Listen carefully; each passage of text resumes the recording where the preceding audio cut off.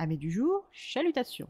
Pour les petits nouveaux, moi c'est Sekhmet et je vous souhaite la bienvenue dans mon podcast littéraire. Dans mon émission, je vais tenter 3 fois par semaine de vous donner envie de découvrir des livres de tout poil, récents et moins récents. Alors, si ça vous tente, c'est par ici la suite.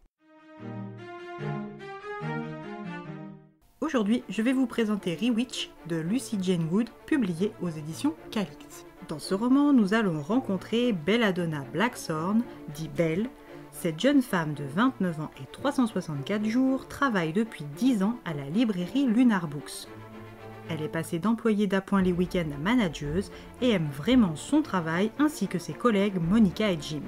Sa patronne, Violette, est une ancienne star des planches, richissime, qui à la suite d'une infection sévère des cordes vocales s'est reconvertie libraire.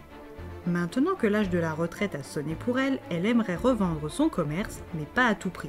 C'est pourquoi elle l'a tout d'abord proposé à son employé et bras droit Belle il y a 2 ans. La timide Belle ne s'est pas senti le courage de sauter dans le grand bain sans bouée, et c'est l'unique raison de la désastreuse présence de Christopher, le fils de Violette. Ce gestionnaire n'a pas à cœur de conserver Lunar Books dans son cocon.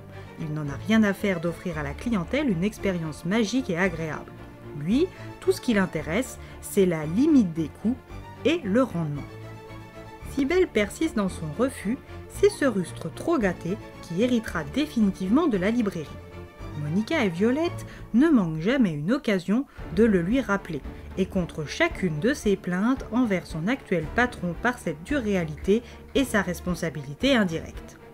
Quand elle n'est pas à la librairie à trier, ranger, conseiller, inventorier, gérer les stocks, les fournisseurs et les clients, elle est dans son petit appartement londonien situé au-dessus d'un café en compagnie de son chat Jinx et de sa colocataire et meilleure amie Ariadne.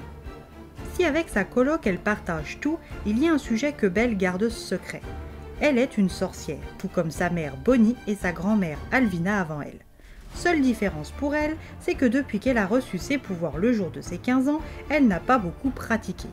Si au début, ses nouvelles capacités l'ont stimulée, elle s'est vite laissée prendre par le rythme de sa vie auprès des non-magiques, jusqu'à délaisser son apprentissage magique purement et simplement.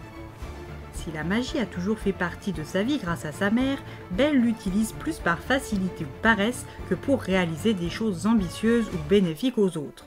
Mais en cette veille de la trentaine, elle reçoit chez Lunar Books la surprenante et quelque peu désagréable visite d'un certain Rundenstan. Grand et extrêmement beau, l'homme qui se tient devant elle l'est.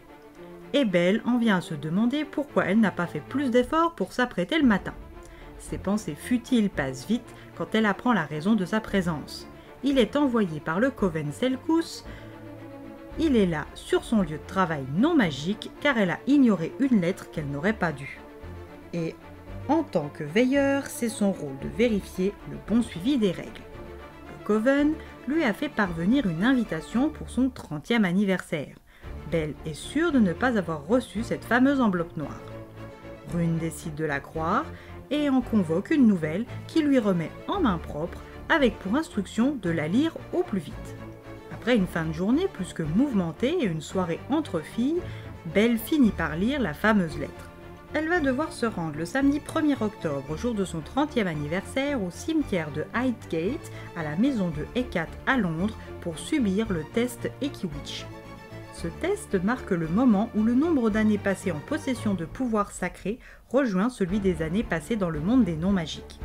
Durant l'audience, elle se présentera devant un jury composé d'éminents membres du Coven londonien et ils détermineront si elle est digne de conserver ses pouvoirs jusqu'à son dernier souffle ou si ils doivent lui être retirés. Après la lecture de cette lettre suffisamment de fois pour pouvoir la réciter de mémoire, elle décide d'appeler la seule personne susceptible de la tempérer et de la rassurer, sa mère Bonnie. Cette dernière est comme souvent en compagnie de sa sesterce en balade et donne l'impression de prêter une oreille distraite, alors qu'en réalité, elle conseille et guide discrètement sa fille. Après une nuit à avoir fixé le plafond au-dessus de son lit, son jour anniversaire est là et l'épée de Damoclès est sur le point de tomber sur sa tête. Ariadne et elle avaient prévu une super journée pour fêter le passage de la vingtaine à la trentaine de Belle, mais il va falloir tout annuler, du moins pour elle. Belle doit trouver une excuse plausible pour se rendre à son test magique.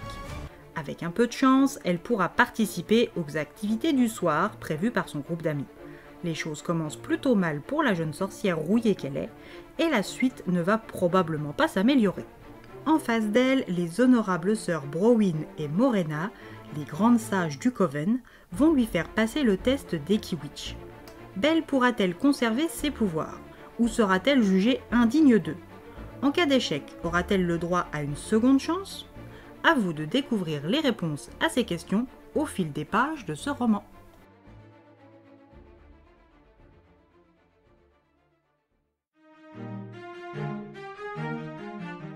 Une histoire plutôt sympathique avec de la magie, des intrigues, des mystères, des cachotteries, des quêtes, de l'amitié et un soupçon de romance, le tout amené par une plume agréable et légère.